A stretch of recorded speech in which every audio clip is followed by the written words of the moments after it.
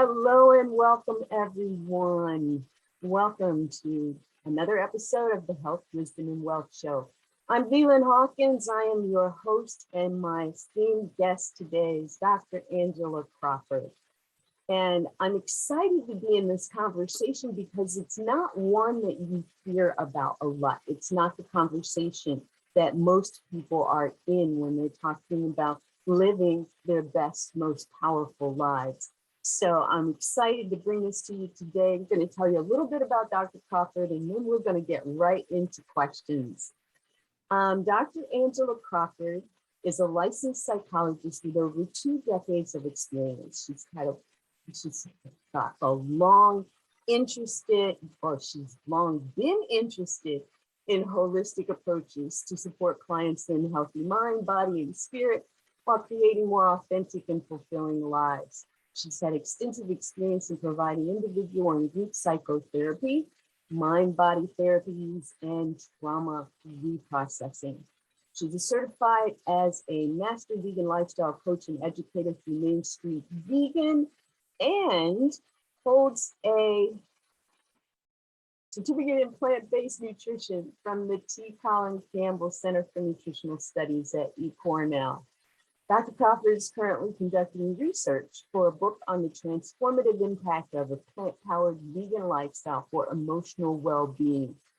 She also serves as a psychology advisor for WeDidIt.Health, the online scoreboard that shares the benefits of a plant-based lifestyle. And you all have heard me speaking about WeDidIt.Health. We've got something exciting coming up. Dr. Crawford is a part of all of that. And she was the one who authored the ebook, 7 Best Practices to Inspire Your Loved Ones to Go Plant-Based, which is offered as a complimentary gift to those who complete the Group 1 question survey. You'll find links to this, to how you can connect with Dr. Crawford, and more below this video. But I think that it's important to also note that she lives with her husband in upstate Vistale, New York, and can be contacted via LinkedIn. So again, make sure you look below this video to find those links. And right now, I just want to say, welcome, Dr. Crawford. Welcome to the show. Wow, I'm glad to be here. Well, I'm glad you're here also because our topic is best practices for creating healthy lifestyle change. And you and I both know that when you talk about change, we've got people from both ends of the spectrum. I love it, I hate it, and everything in between. And then when you talk about change in someone's health, a lot of it is, the mindset of positioning ourselves to let it be somebody else's responsibility as far as how my health improves or not. And some are like, what do I need to do? Who do I need to talk to? They're very proactive in advocating for their own health. But before we really get into our questions, I want to just open this up by asking you, how did you get on this journey that you're passionate about sharing with people, about living this whole food, plant-based vegan lifestyle, and why? Yeah. Well, my journey started first with becoming a psychologist. My mother was a nurse, and I had an interest in health psychology from early on. So as I worked as a psychologist, I often worked in the beginning, at least in a lot of medical settings, helping people with better health and how to change their lifestyle to live a healthier life. I wasn't as aware then about the nutrition part of things. About 15 years ago, I was watching a program about, it was on PBS, and it was about workers in a meat processing plant. And most of them were immigrants, and the conditions they worked in were not good conditions, and many of them were injured in the work they did. And seeing that program, it really got me thinking about how my food got to me. I'd grown up in Iowa, and I never really thought, even though I was surrounded by farms, about how the food on my plate got to me in depth. And once I watched that program, and I just thought the conditions these workers work in just seemed terrible, what about the animals? It just really got me thinking about food in more depth. So I I actually went shopping for pots and pans that day and bought a vegetarian cookbook because I was not a cook at all. And I was like, I'm determined to try to eat more vegetarian and see what that's like. And I made a vegetarian lasagna that day, which it turned out beautiful. And I found that I had just really never liked cooking meat, but I just thought I had to. I thought there was no choice. I thought I had to eat meat and dairy to be healthy, like many of us were raised with that message. And I didn't really eat that many vegetables before, but I was determined to learn. And because just seeing that just unsettled me enough that I was going to learn about plant-based eating. And I read up on the health aspects of it too, because I wanted to do it right. I wanted to eat in a way that was nutritious. So I got this book called Becoming Vegetarian by Brenda Davis and I forget the other author's name, but it was a great book about vegetarian nutrition. And I also just learned about all aspects of eating plant-based, about the effects on the environment, how animals were treated. And, that heart disease was reversed, by people like Dean Ornish, Dr. Dean Ornish and Dr. Caldwell Esselstyn. I have a family history of heart disease.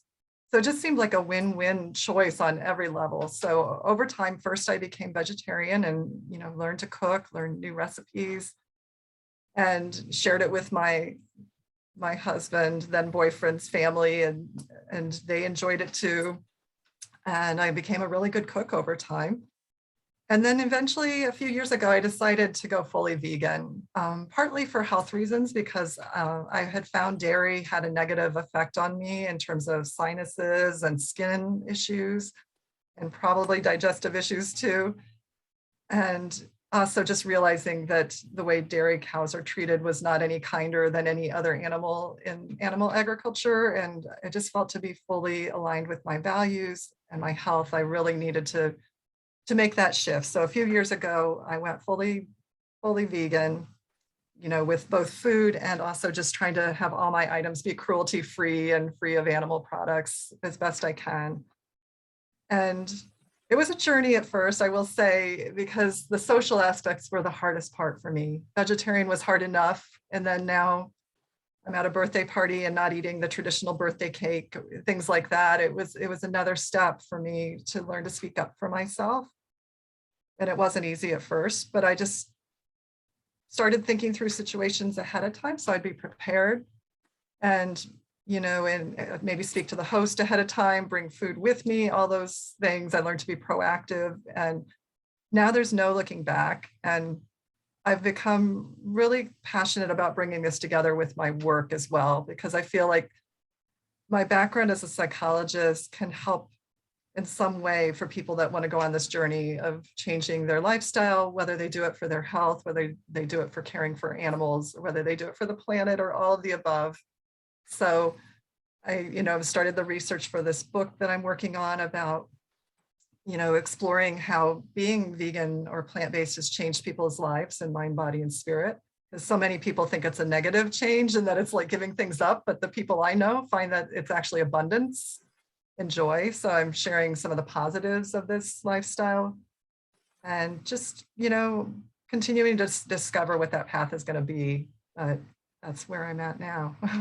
I love that. I love that, especially the research that you're doing now, because it's so valuable, especially coming in now, because we don't necessarily know of people who have made these changes and seen such great results. And, even you mentioned the word abundance, opening the realm of abundance for it to flow. And I know that, for me and the work that I do, a lot of it is about energy and flow, and how we, from mind, body, and spirit, can block the flow of what comes to us and what we can share with others. So tell us a little bit more about what got you started on this type of research. Was there just that one question? Who else is doing it, or what?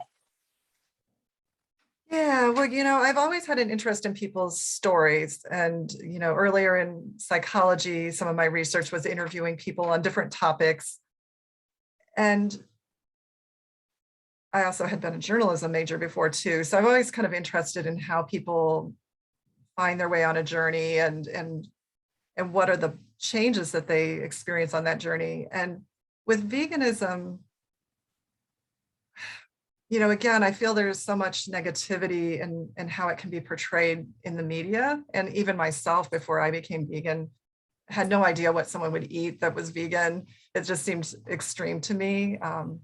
Even reading, terms like plant-based, I still didn't really understand what someone would eat if they were plant-based, because my own health habits were not great at that time before I became vegetarian and then vegan. I ate a lot of comfort foods, a lot of microwave meals, a lot of like candy bars and sweets and chips, just things, that are convenient in our culture and that probably suited a certain, addiction that many of us have to these kinds of foods that have salt, sugar, and fat.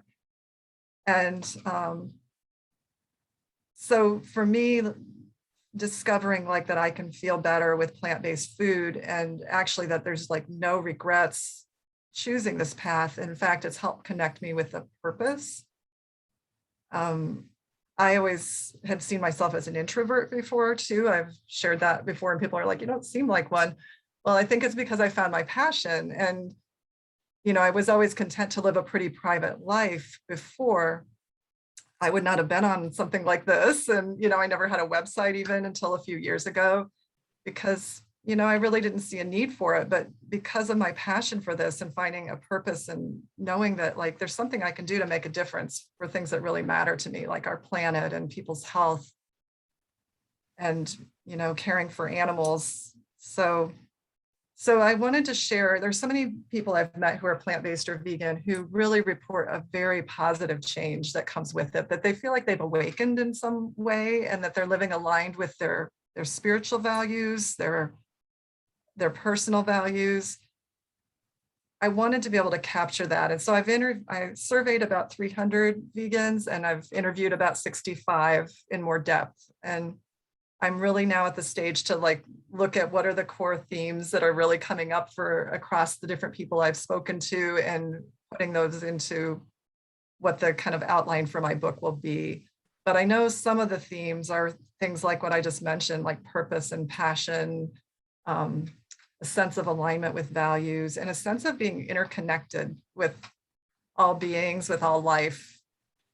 There's not that sense of I'm doing something that really goes against my values and I'm trying not to think about it, which many of us are kind of subconsciously doing when we're eating animals, and yet we love animals. Mm-hmm, mm-hmm, mm-hmm. And you just don't even realize it. It hasn't switched on to a real Yes. conscious connection. Yes, and that there's a choice, because I think as long as we think like I can't eat that, plant-based, and thrive, then doesn't even feel like there's a choice there. Right. Which again, I think most people think like that because they don't really understand what the values and the benefits and the harm that they're doing not going in this direction. We've been so desensitized to so many things. All you have to do is drive up the highway and get to a point where you have this smell that you're thinking, I got the air on, the car is closed up. What is this? And you're riding past a dairy farm, and it's like, it doesn't smell like milk. It's like, those are some of the things that should be waking us up to say, what is that? And, then we get to a point where we are looking at, oh, wow, does that mean I have to change something? Yes. And what does that mean? I like things the way that they've always been. I've got friends who changed the furniture in their living room, and dining room's pretty much the same, but they'll change up the furniture in their living room once a quarter to shift the energy and to bring in a new, an upgraded flow to things. But they learn that and the advantage of that by being open to being educated about it. And so we're talking about the psychology of change. What is one thing that you have noticed as far as, especially on this, whole food, plant-based, vegan lifestyle journey, has been the most difficult to change? Mhm. I think there's two areas that come to mind. One is our sort of addictions, if you will, whether it's a full-blown addiction or whether it is just a real preference or attachment to certain foods. They've certainly found in the research that we are wired to crave sugar, salt, and fat. And so when foods are what they call hyperpalatable, that really have high amounts of those ingredients, either it's usually salt and fat or sugar and fat, sometimes all three. And when those foods are present in such abundance as we have them now through processed foods or through the high amounts of meat and dairy that many of us eat, or eating out where often foods are made super tasty with, added salt or sugar or oil. We have also family traditions that add to that too, where certain foods are associated with comfort from our growing up. So those kinds of attachments or even addictions can be one challenge, I believe, in changing. And the other is social. We're wired to want to fit in, most of us. I mean, some of us are more rebellious and don't mind going against the status quo, but there's others that find it really challenging to do that. And even though I see myself as fairly independent, I still didn't find it easy in social situations to speak out or be different initially. And sometimes even now it's still hard. So, even though I feel so strongly about this, and for me, connecting with my why has been so important to work through both of those areas, to have the commitment to figure them both out. Personally, with the addiction piece, because I certainly had my share of cravings for things like chocolate and sweets and salty foods. Some of it was just a gradual change to a lot more clean foods, fruits and vegetables and greens and other plant foods that over time lessened my cravings for some of those things. And when I do eat them, it's a healthier version at this point. So that's how I've personally worked through the physical craving piece of it. Is just a gradual shift that, introduced more and more healthy foods and over time really crowded out the less healthy ones until finally I really didn't want those less healthy versions.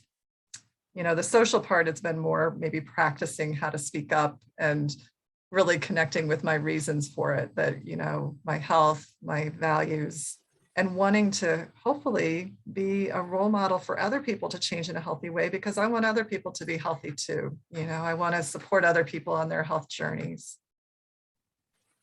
I love that. And I think that many of us have experienced that journey that you described of for yourself. And I think it's important for others to really know, we're not in this alone. And there are others who are really advocating for this way of life who have themselves been on a journey. And, it's like, what's the saying about the overnight success? It took decades to become an overnight success. Yes. And it does. It takes time on this journey to really process through some of the levels of change that we end up going through. And you mentioned one in particular, which was your taste buds change and your psychological addiction, the internal workings change so that you no longer want that or as much of that as you did before. And, on our journeys, especially when we started having good results, we're excited about our results, we're excited and want to share with other people. And then we might find that we get ostracized or at least ridiculed. Why are you doing that? We weren't brought up like that. And what people don't realize is, and that's one of the ones that I heard a lot of, and that I kind of intuitively went back to as well, because this isn't my culture. This is, a new addition to what I'm hoping to spread throughout my culture. And I've seen some impact, but I can't say that I did it the right way because I'm really gung-ho at first. And then I was gung-ho, but then I was still cooking the meals for the family. And it was stressful. It was a huge contradiction in who I was. I'm trying to get healthy, and then I start thinking that I'm fixing my family poison. And how do you reconcile with that? Let me just ask that question. How do you reconcile with that? Yeah, that's a tough one. And yeah, I think that's a big step all of us have to face when we change our eating, especially to plant-based eating or a plant-exclusive lifestyle. Because again, it's not yet the norm in our culture. I'm not sure of the percent, but I think it's only somewhere between 1% to 3% that they estimate are fully vegan, and a higher percent are vegetarian, but maybe 5% to 7%.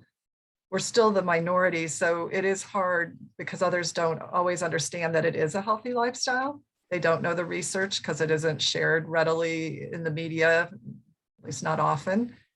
So one, we're holding this awareness because we've looked into the research and seen it, and not everybody shares that. So how do we navigate in our family, like you're saying? And I think one starting point, and a person who I found really helpful for vegan and plant-based communication is Melanie Joy, who's a psychologist, and she wrote a couple of books. But one that's especially helpful, she's written several books actually, but one that's very helpful for communication is called Beyond Beliefs. And it's about communication between vegans, vegetarians, and meat eaters. And how do you navigate these very challenges that you're raising right now? And, one of the things she talks about is asking the people in our life to be an ally on our health journey. So we may talk a little bit more about how do we inspire and influence others, but first, just starting with our own journey, we want them to support and not sabotage us. So, inviting them to be an ally where like, okay, maybe you're not ready to change your lifestyle yet. I can respect that, even though I might want you to. But I do ask that you support me on my journey. And I want to share why this is so important to me and how it's helped me so that, you can like back me when we're out at a social gathering, or, that you're, on my side with this. And that's often a first step, because if someone doesn't feel pressured, but yet can know that like you need their support, you want their support. So people that are closest to you, it's great if you can ask them to at least be an ally on your plant-based health journey. And maybe over time they'll be inspired by what they see, and, and not be pressured and be more open to it themselves. But at the very least, they can see like, wow, VLYNN is thriving with this, I want to support her, like that she'll have options to eat when we go somewhere. I love it. And yes, I love the fact that you can invite others in to support you, and they know that you're there to support them as well. Now, you mentioned values, aligning with our values. Talk to us a little bit about what it is that you mean there, and maybe too the number one value that really helps you to stay in that space of alignment.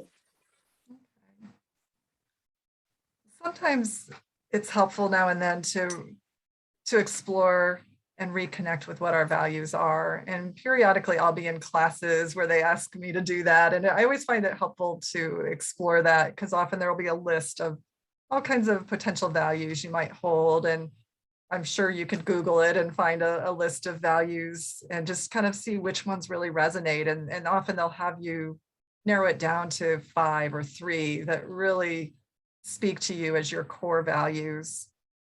And those values, for us to be happiest, or at least have the most meaning in our life, should be guiding forces in the choices that we make. And it doesn't mean we're perfect about it, but we hold those values in a way that, like, when we have to make a decision, those values play a key role in how we make a choice day by day. for me, some of those core values include, and they change a little bit depending on the list that I look at, but one is certainly compassion. And I hold it as compassion for self as well as others. That I need to include myself in the circle of compassion, because if I'm only looking out to others and I'm not doing well, it just really doesn't work well. So holding a circle of compassion that includes me and extends out to all beings, that's one of my core values. Others have to do with having a sense of spiritual connection and grounding that guides my life. So that's, one that I hold as a foundation. So those, for me, those are two that, guide my daily choices. There are others too, but those two come to mind most. And, we may not be happy every second of the day because happiness can fluctuate, but having a sense of meaning and purpose goes very deep, in terms of having a fulfilling life and being in touch with our values and making choices the best we can that fit with those, I believe, is part of the prescription for a deeply fulfilling life. I wholeheartedly agree. And I think that when you have that as your guiding force, you find navigating a tad bit easier. And you also find, which is a great segue into my next question, that you are more open and apt to share in a way that is inspiring and empowering versus, I'll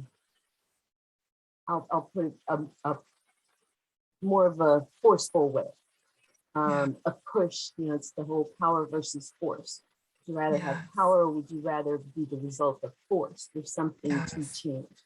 And it's definitely from a position of power that you're then allowing yourself to operate from. So tell us a little bit about inspiring and influencing others as something that we can do once we start really seeing some results for ourselves. Or we could be vegans for decades and we're just learning this whole new aspect of it around whole food, plant-based lifestyle. Yes.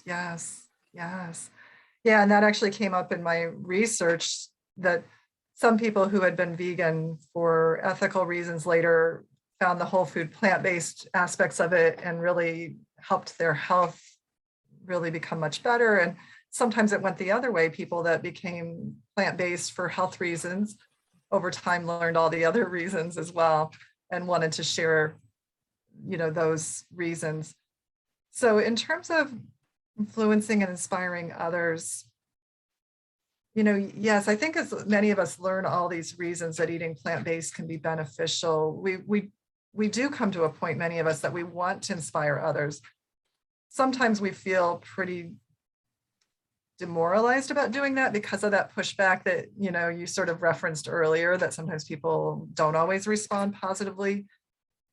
And I think many of us have probably tried to influence others in ways that were less than successful, whether it be prescribing, proselytizing, criticizing, judging, getting angry or frustrated, or just shutting down. I think all of those can be things that happen to us when we hope others will see what we're seeing or understand what we now understand about the benefits of plant-based living. And sometimes they just aren't seeing it.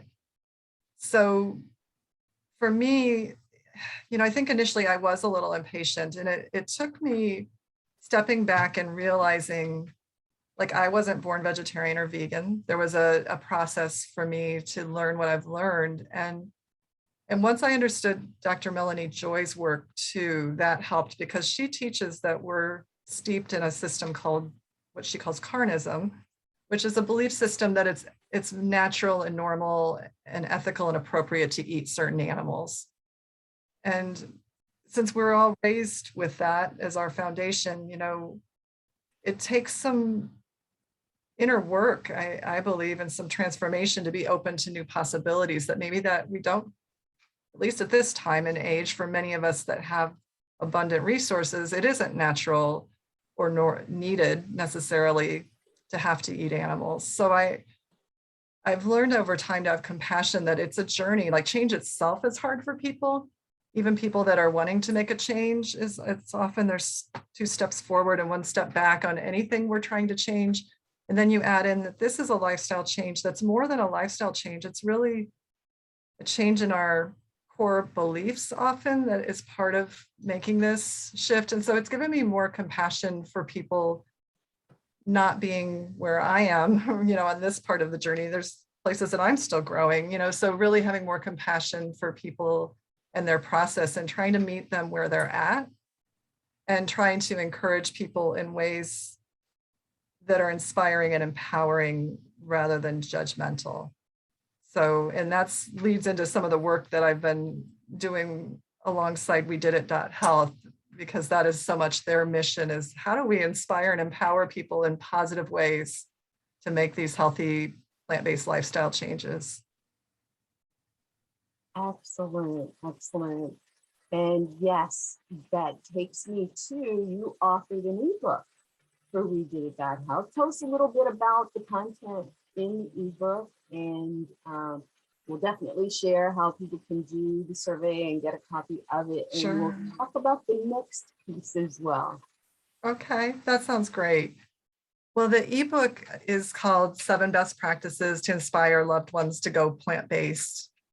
And while I certainly can't promise that your loved ones will be inspired to go plant-based by reading it, you will learn better ways to understand and communicate with the people in your life, whether it is loved ones or acquaintances or people from your work or just people you meet in other capacities.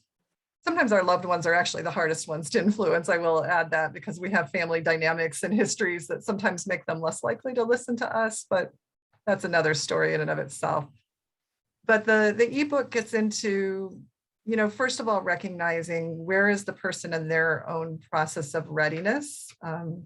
If they're absolutely closed to plant-based eating, it's probably not worth your time to spend lots of energy at this point. Now, something may change for them. They may have a health scare. They may learn something from a documentary or a program that then leads them to be more curious. So at that stage, it's not that you close off to them. You just more realize that pushing is not going to be helpful for someone that's not at all open. But if they're more interested, these other stages, these other practices in the book can be helpful if they have some degree of receptivity. And some of the other, things in the ebook are about, finding out the person's interests, rather than just speaking about what you love about plant-based eating, although you can share that and that's helpful. Also be curious about, are they into health? Are they into fitness? What is it that might speak to them so that you can share information that they will find relevant? There's a practice about learning what their obstacles are, what the things they see as the deterrents to eating plant-based, so that you're able to support them when they're open to ways to overcome those.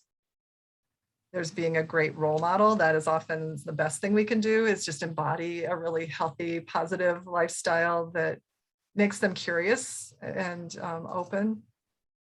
And a few of the others had to do with documentaries. That's so often, like, I've had people that I encouraged towards a plant-based lifestyle and they were kind of interested but not ready. And then they saw a documentary and that was just it, especially the Game Changers. That seemed to be a big one for people. Yeah, it's a big one for me. Yeah. Yes. And then being positive, as I mentioned earlier, and encouraging, and also just being patient, because it can often take many seeds planted and before someone is ready for a change. You just never know which seeds are going to be the ones that finally take root. Yes, absolutely. And the documentaries, I think that has been really a huge key in my personal transformation, seeing, Forks Over Knives and What the Health, and, latest for me was the Game Changers. And as a former athlete, seeing this and really recognizing the work that's gone behind it, I think, and I'll share with our audience, if you haven't seen the Game Changers, it's on Netflix. It's free right now, so check it out. There was a piece in there where there were these 3 athletes, and they fed each one, chicken, beef, or plant foods. Mhm. and the results of their blood tests afterwards. And I was like, Yes. okay, Yes.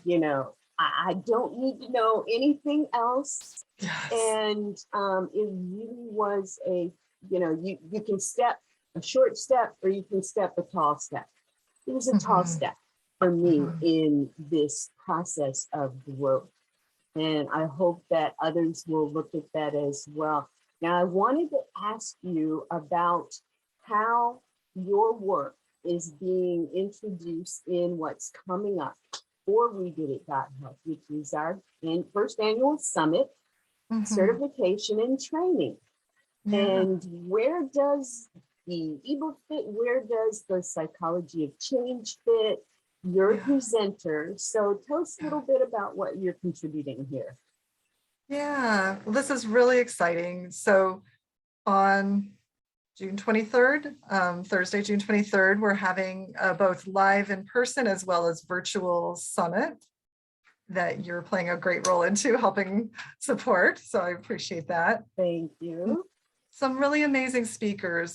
Dr. John McDougall is the keynote speaker, and he's just very well known for his history with supporting the whole food plant-based movement and helping so many. He's a medical doctor that's helped so many patients and written some great books. So he's the keynote speaker. And, the day will include a lot of like training and help in how do we more effectively both understand the change process and then support and communicate better with others about this plant-based lifestyle. And so my talk, there'll be me and several other speakers. My talk has to do with the psychology of change and knowing the stages of change so that you can sort of recognize where someone is in their process and how to best support them depending on where they are. If there's someone in your life that you know would benefit from eating more plant-based, but they're just not there yet, how do you support them depending on where they're at? And there's other speakers that talk about things like self-care, and a panel that will talk about veganism from the 3 different aspects of health, environment, and ethics, and how do we communicate from those different areas. There will also be an experiential part where Dr. Sally Lipsky, a retired professor of education, will be leading us in different experiential practice exercises so that we actually know, like, well, how does this work in real life? How would I actually do this with someone I know and communicate better with them? So it will be really an amazing day. And if people are not able to be in Cleveland in person, which obviously, may be challenging for many people, it's virtually available, and it will be available for some time afterwards for people to complete the certification if they want to have the certification. And the certification just is sort of something that says, it's a seal that says, hey, I've gone through this extra training to be a communicator and ambassador for plant-based living. So either way, it's to me, going to be an amazing experience, and I'm excited to be part of and to bring, that background of me helping clients with many other things over the years to now help in this way. So, Yes, me too. And thank you again for acknowledging many of those who are going to be a part of all of this. And I think it all comes from the same heart of really wanting to see people's lives be improved because their health is improved. And knowing that our whole economic ecosystem is built from a health perspective on sick care. We're now really focused on welfare and the mhm. fact that you don't have to be sick. And even, thinking about, if you're one of those whose doctor has said this is incurable and you'll be on this for the rest of your life, I want to challenge that. I want to challenge you to challenge that, because we have seen complete turnarounds, lupus patients cured. Yes, yes, We've seen MS totally shift in the body and be eradicated. We've seen diabetes reversed. We've seen yes, heart disease where somebody actually walked in and the doctor said, you're the candidate for open heart surgery. And that doctor, although there are very few, was well-versed enough to say, I really am your last stop, except for this one other thing, and that's doing a whole food plant-based diet, specifically to manage and reverse your heart disease, and seeing, totally cleared arteries in 6 months, which has been totally unheard of. Cancer being reversed and eliminated out of the body. I mean, these are things that people don't know about that are reasons to look more in depth as to the value of a whole food plant-based vegan lifestyle. And I add the vegan, I was one of the last to adopt the fact that I could understand veganism, much less really bring it in and incorporate it into one of those core values, because I met a lot of people who said that they were vegan, but they were sick. They were unhealthy, they were overweight, they were, this and that. And I was thinking, my vegetarian lifestyle, I'm doing better than that. So but you brought it out so beautifully, the compassion aspect. And I learned, even with whole food plant-based, compassion for myself going through this journey, compassion for others, is the thing that veganism introduced to me, because I love animals. I didn't really want to admit that I felt a certain way about how animals were being treated, and learning some of the science around the changing climate and the impact to groundwater and soil and just the environment, climate, and the overall environment, how it's harming the planet, were reasons for me to wake up a little more. And so I really want our audience to hear what Dr. Crawford has imparted to us. And I want to ask you one last question, which is, you had 2 words to impart to the audience about making this change and embracing this change. What would it be? Might be more than 2 words, but listen to your heart. What it tells you for your own health, what it tells you for caring for this beautiful planet and enjoying life in a healthy and fulfilling way. Awesome. And thank you, Dr. Crawford. Angela Crawford, psychologist and just a lover of the vegan whole food lifestyle. Remember, you can grab links below this video. And I'm not going to say more because there's no more to be said. Join us for more episodes of the Health, Wisdom, and Wealth Show. And just remember, share, and until next time, be well, live, love, and be a positive impact maker in your world. And we'll see you next time. Bye for now.